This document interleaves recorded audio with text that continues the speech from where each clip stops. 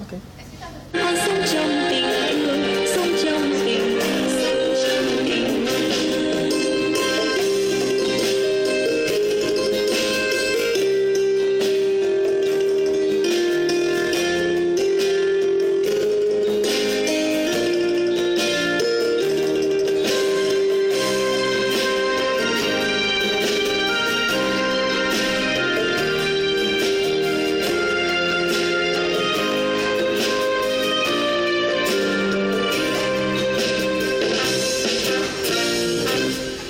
Bóng mát khi trẻ đâu mẹ là như bóng mát khi trẻ đâu dưới nắng những ban trưa trong mưa bao đêm sâu mẹ vẫn che đầu khốn khó dắt con đi gian nguy đưa con về mẹ mãi chờ che mẹ là như bóng mát như là mưa không ngớt như dòng suối êm Chúa giúp cả đời con luôn sống vui bình an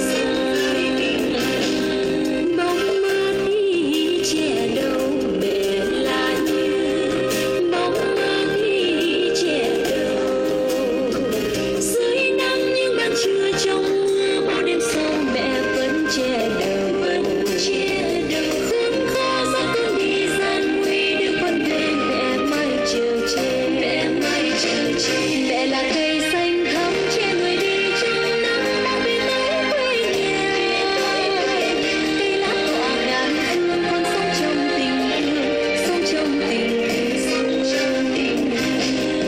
bóng mát khi trẻ đâu mẹ là như bóng mát khi trẻ đâu dưới nắng những ban trưa trong mưa bao đêm sâu mẹ vẫn che đầu khốn khó dắt con đi gian nguy đưa con về mẹ mãi chờ che mẹ mãi chờ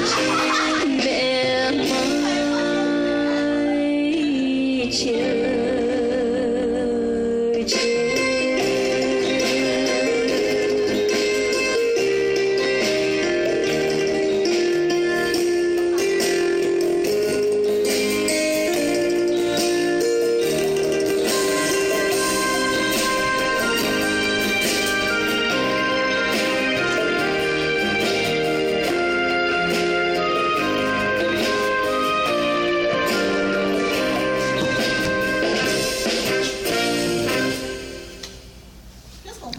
Ok, je vais faire qu'on fait.